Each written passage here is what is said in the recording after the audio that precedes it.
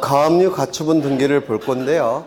이 가압류 가처분 등기는 부동산 등기법에서 신탁 등기와 더불어 가장 어려운 등기예요. 민사집행법의 내용이 들어가기 때문에 이 가압류 가처분 등기를 보겠습니다.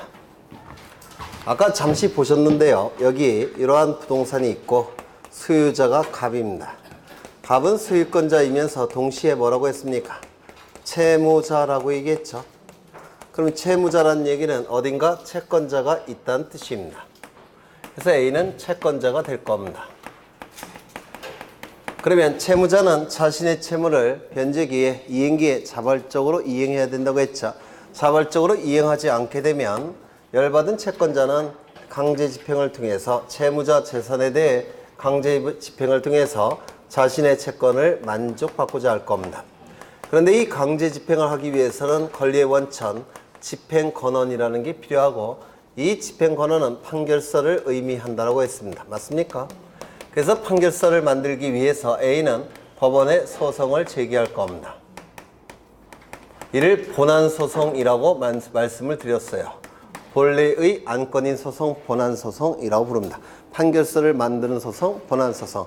이는 수수법원에 제기를 하는 겁니다. 그러면 소가 제기된 시점부터 판결이 확정이 되기까지는 긴 시간이 걸린다고 했죠. 판결이 확정이 되기까지는 긴 시간이 걸립니다.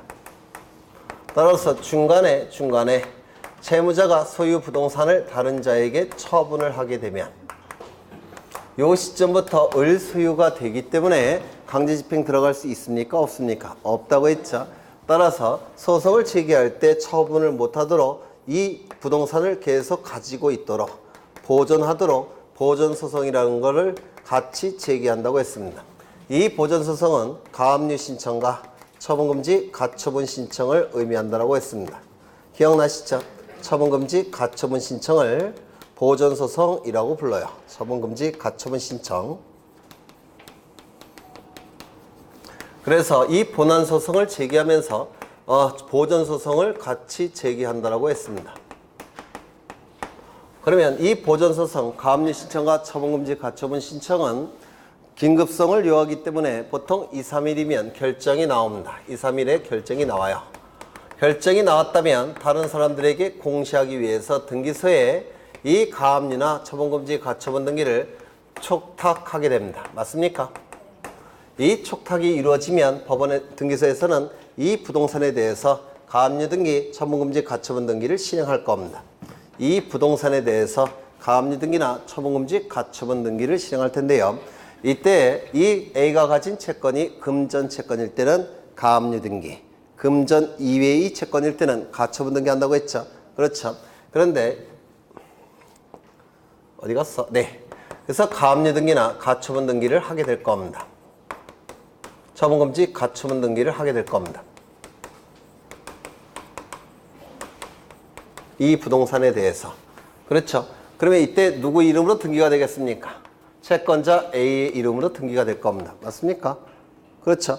그러면 이제 이 가압류 가처분 등기가 실행이 됐을 때, 가처분 등기가 실행이 됐을 때 이 갑은 다른 자에게 이 부동산을 다른 자에게 처분할 수 있다고 했습니까? 없다고 했습니까? 있다고 했죠. 금지라는 용어는 쓰고 있지만 금지의 의미는 없다고 그랬죠. 그렇죠. 왜냐하면 A가 100% 승소 판결을 받는다는 보장은 없기 때문에 그렇습니다. 맞습니까? 따라서 이 갑은 을과 매매 계약을 체결하고 을 명의로 등기를 해줄 수 있습니까? 등기를 해줄 수가 있습니다. 그러면 이때 이 을 명의로 등기가 이루어졌고 이 시점에 A가 승소 판결을 받았다는 겁니다. 그리고 판결이 확정이 됐습니다. 그러면 이 A를 뭐라고 부릅니까? 승소한 등기 권리자로서 이제 판결서를 가지고 등기를 단독으로 신청할 수가 있을 겁니다. 이거 이해가 되실까요? 이거 강제집행을 하는 겁니다. 여기까지 되셨나요? 네. 그러면 이제 본격적으로 대략적인 개념을 보신 것이고 본격적으로 보겠습니다. 여기 이러한 부동산이 있고 소유자가 갑입니다. 여기서 가압류와 가처분의 차이점을 느끼십니까? 가압류는 금전 채권, 가처분은 금전 이외의 채권. 그렇죠. 이때 갑은 이 부동산에 대한 소유권자입니다. 그런데 A와 매매 계약을 체결합니다. 매매 계약이 체결되었다면 A는 소유권, 이전 등기 청구권이 발생할 겁니다. 맞습니까? 그렇죠. 소유권, 이전 등기 청구권이 발생하겠죠. 요 갑은 소유권, 이전 등기 의무가 발생을 할 겁니다. 그럼 이 의무를 이행하는 것이 등기를 신청하는 겁니다. 이렇게 등기소에 가서 등기를 신청하게 될 겁니다. 그런데 이 의무를 자발적으로 이행하지 않더라는 겁니다. 즉 등기를 신청해 주지 않더라는 겁니다. 그러면 강제 집행을 통해서라도 등기명의 갖고 와야 되겠죠. 맞습니까?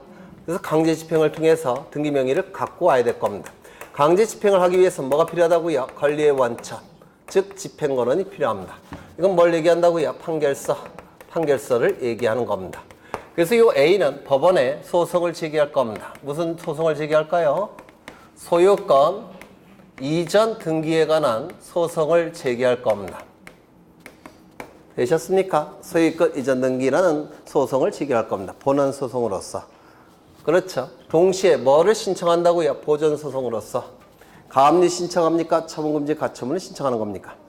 처분금지 가처분을 신청하는 겁니다. 맞습니까? 이 A가 가진 채권은 금전 채권인가요? 아닌가요? 아니겠죠. 따라서 처분금지 가처분을 신청하는 겁니다.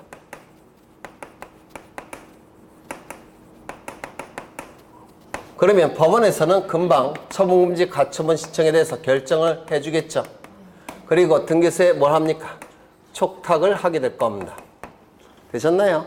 그러면 이 부동산에 대해서 이제 처분금지 가처분 등기가 실행이 될 겁니다. 누구 이름으로? A의 이름으로. 즉 처분금지 가처분 등기가 A의 이름으로 실행이 되니까 A는 이제 가처분 채권자라고 얘기합니다. 그리고 소송이 진행이 될 겁니다. 소송이 진행이 돼서 이제 A 승소 판결이 확정이 됐습니다. 승소 판결이 확정이 됐다면 이제 A를 뭐라고 부릅니까? 승소한 등기 권리자라고 부릅니다. 그리고 판결서라는 집행 권한이 이제 손에 쥐어졌죠. 그 판결서를 가지고 승소한 등기 권리자로서 단독으로 신청할 수가 있습니다. 이거 이해가 되십니까? 되셨나요? 다시요. 가처분 등기가 실행이 됐죠. 이때 금지라는 용어는 쓰고 있지만 금지 효력이 있다 없다? 없다고 했죠. 그러면 이 가처분 등기가 실행된 이후에 갑은 을과 매매계약 체결할 수 있습니까? 처분할 수 있다고 그랬죠. 즉 매매계약 체결하고 을의 이름으로 소유권 이전 등기 가능합니까? 소유권 이전 등기 가능합니다. 그러면 을은 소유권을 취득합니다. 을은 소유권을 취득했어요. 그리고 소송이 진행이 돼서 이제 A 승소 판결이 나왔습니다. 그러면 이 판결서를 가지고 승소한 등기 권리자로서 단독으로 신청할 수 있죠. 그러면 이제 이 가처분 채권자 이름으로 무슨 등기가 이루어지겠습니까? 소유권 이전 등기가 이루어지겠죠. 이 등기는 단독입니까? 공동입니까? 승소한 등기 권리자가 판결서를 가지고 등기를 단독으로 신청하는 거니까 단독 신청이 될 겁니다. 맞습니까? 그런데 만약에 이게 소유권 이전 등기가 아니라 저당권 등기라고 한다면 소유권은 누가 갖고 있습니까? 갑이 가지고 있죠. 그래서 판결서가 나오자마자 갑이 A에게 이렇게 얘기합니다. 네가 판결서를 가지고 단독 신청하기 전에 내가 해줄게. 그래서 이렇게 같이 가는 경우도 있어요. 이때는 판결서를 가지고 신청하는 게 아니에요. 갑이 자발적으로 A와 같이 공동으로 신청하는 겁니다. 이것도 가능해요. 그래서 공동 신청도 가능합니다. 이건 판결서를 가지고 신청하는 게 아니에요. 갑이 자발적으로 등기해 주는 경우도 있다는 겁니다. 왜냐하면 나중에 손해배상을 책임지지 않기 위해서 자발적으로 해주는 경우도 있습니다. 그러면 이제 하나의 부동산에 대해서 등기명의, 소유권 이전 등기 둘이 있을 수 있습니까? 없겠죠. 따라서 이 등기는 어떻게 돼야 될까요? 네? 이 등기도 말소돼야 되겠죠. 맞습니까? 그런데 이것도 판결서를 가지고 신청하는, 말소 등기를 신청하는 겁니다. 따라서 이건 직권이 아니라 뭘까요? 단독 신청. 판결서를 가지고 말소 신청하는 거기 때문에 단독 신청이에요. 이 두 개의 등기는, 두 개의 신청은 동시 신청입니다. 이거 좀 외워두시죠. 가처분 채권자 명의로 소유권 이전 등기 신청과 이 제3취득자 명의 소유권 이전 등기는 둘 다